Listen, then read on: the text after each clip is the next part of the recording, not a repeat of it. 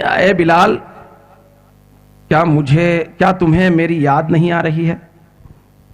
مدینہ چھوڑ کے چلے گئے تو حضرت بلال روتے ہوئے ملک شام سے آئے مدینہ الرسول کو.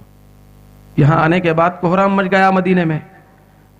عورتیں بچے سب جمع ہو گئے کہ بلال آئے ہیں، وہ جو زمانہ مصطفیٰ کے مؤذن ہے، تو مؤذن رسول آ گئے ہیں. وہ جو اشہد ان محمد رسول اللہ اس وقت کہتا تھا جب جمال مصطفیٰ سامنے ہوتا تھا. تو دیکھ کے اشہد ان محمد رسول اللہ کہنے والا تھا، وہ اب آیا ہے. چلو وہی سوزے بلالی پھر دوبارہ سنیں. حضرت بلال کی بارگاہ میں آئے سب لوگ. حضرت عمر بھی ہیں. ایک روایت میں حضرت عمر کے اصرار پہ بھی آپ اذان دینے تیار ہو گئے، لیکن دوسری مستند روایت الگ ہے.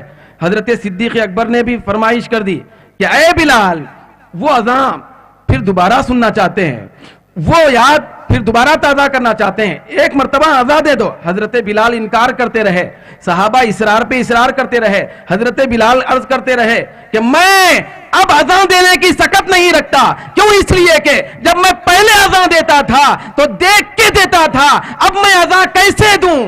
جمال مصطفیٰ پہلے سامنے ہوتا تھا، ظاہری طور پر علانیہ طور پر حضور کا چہرے انور دیکھ کر اشہد ان محمد رسول اللہ کی صدائیں بلند کرتا تھا. اب میں کیسے دے سکتا ہوں؟ میرے اندر یہ سکت نہیں ہے، میں اس پہ قدرت نہیں رکھتا. صحابہ کا اصرار ہو رہا تھا لیکن حضرت بلال ماننے کو تیار نہیں ہے. یہاں تک کہ صحابہ کرام کے اندر ان کے دماغ میں ایک بات آئی، ان کو منوانا ہے تو چلو شہزادگان مصطفیٰ کی طرف اور اولاد فاطمہ کی طرف، حسنین کریمین کی طرف.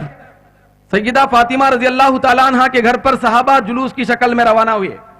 سیدہ فاطمہ اندر ہے، دستک دیے، ادباً عرض کرنے لگے کہ اے سیدہ دو عالم، دونوں شہزادوں کو باہر لائیے، حسن و حسین کو باہر لائیے، ایک کام بنانا ہے.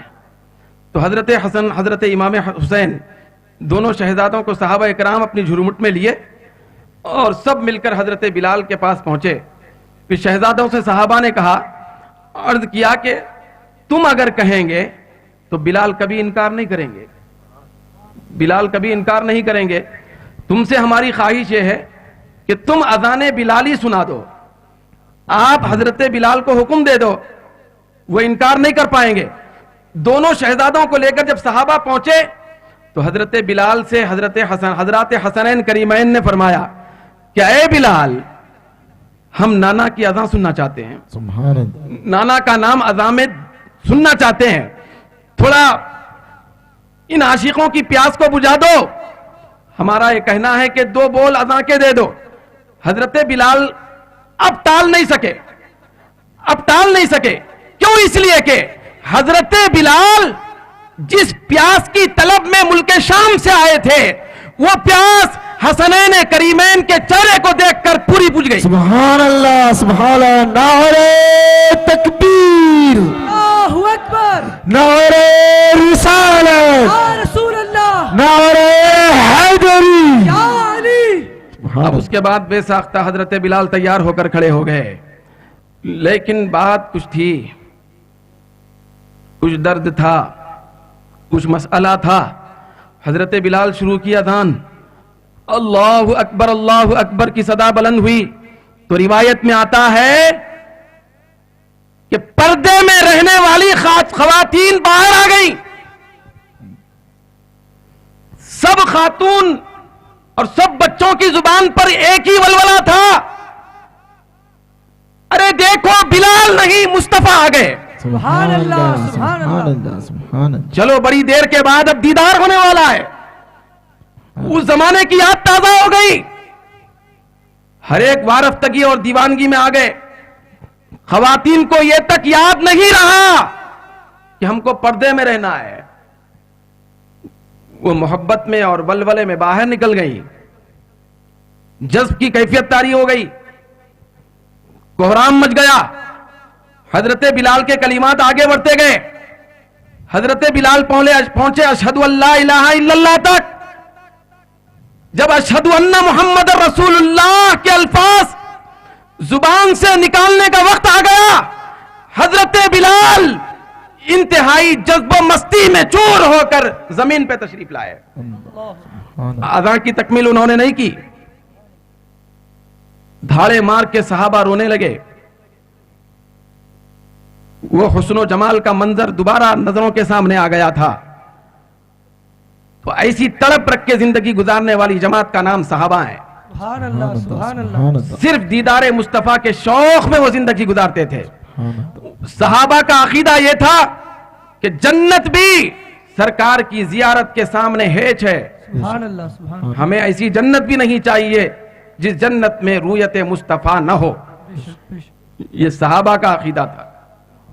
تو اس عزم اور اس دیوانگی کے ساتھ صحابہ اکرام دنیا میں زندگی گزارتے تھے. تو لہذا ہمیں چاہیے کہ رویت مصطفیٰ کے شوق میں سوئیں اور زیارت مصطفیٰ کے محبت میں اٹھیں. وہ کیا ہے بھائی, میں سو جاؤں یا مصطفیٰ کہتے کہتے, کھلے آنکھ صلی اللہ کہتے کہتے, کبھی نہ کبھی ادھر سے فضل ہوگا. اور نیت صاف ہے, دل ایک آئینہ بن گیا ہے مصطفیٰ کے جمال کے لیے, تو ایسی صورت میں زیارت کا ہونا یقینی اور حتمی ہے. زیارت ہو جاتی ہے. اور یہ بات یاد رکھیں, جس کو زیارت ہو جاتی ہے تو اس کی پوری دنیا و آخرت بن جاتی ہے. ہر قسم کی سعادت اس کو حاصل ہو جاتی ہے. آج کتنی محنت کرنا پڑتا, پڑھنا لکھنا, بولے متقی بننا, ولی بننا, غوث بننا, محنت کرنا پڑتا ہے. صحابہ کرام کو روئے زمین پر سب سے بڑے عالم کس نے بنایا تھا؟ زیارت مصطفیٰ نے. سبحان اللہ سبحان اللہ. صحابہ کرام کو روئے زمین پر سب سے زیادہ بڑے متقی کس نے بنایا تھا؟ زیارت مصطفیٰ نے. صحابہ کرام کو سب سے زیادہ اخلاص کے پیکر کس نے بنایا تھا؟ رویت مصطفیٰ نے.